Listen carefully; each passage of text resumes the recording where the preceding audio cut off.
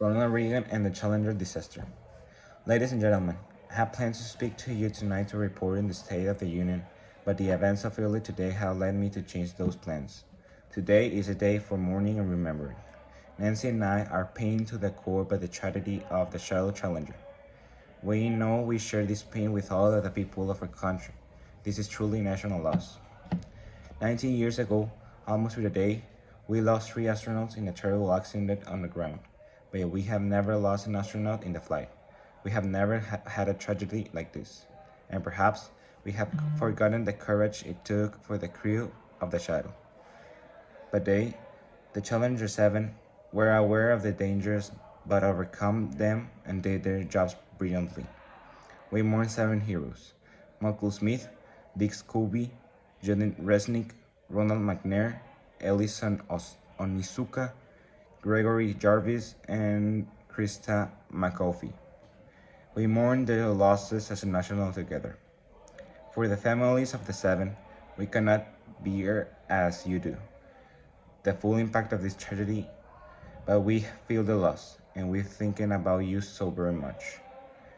Your loved ones were daring and brave, and they have the special grace, that special spirit that says, "Give me a challenge, and I'll meet you with joy." They had a hunger to explore the universe and discover its truths. They wished to serve, and they did it. They serve all of us. We have grown used to wonders in this century. It's hard to dazzle us. But for 25 years, the United States space program has been doing just that. We've grown used to the idea of space, and perhaps we forgot that we only just begun. We're still pioneers. They, the members of the Challenger crew, were pioneers. And I want to say something to the school children of America who were watching the live coverage of the shuttle takeoff. I know it's hard to understand, but sometimes painful things like this happen. It's all part of the process of exploration and discovery. It's all part of taking chance and expanding men's horizons. The future doesn't belong to the faint-hearted.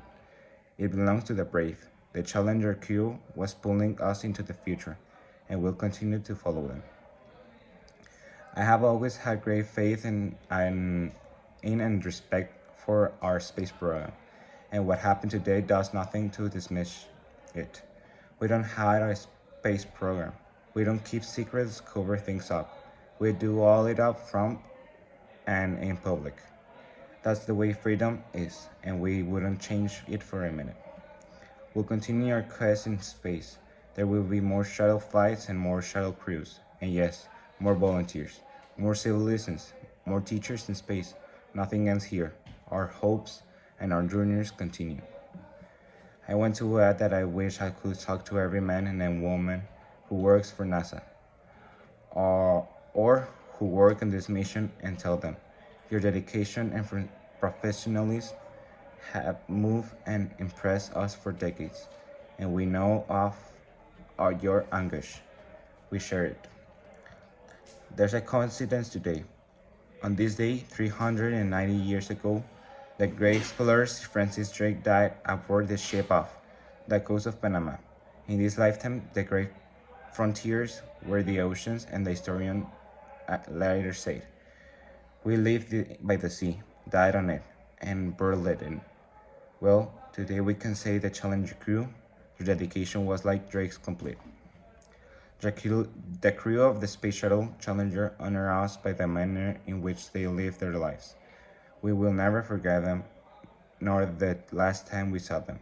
This morning, as they prepared for the journey and waved goodbye and sleep the slurry bonds of earth to touch the face of God. Thank you.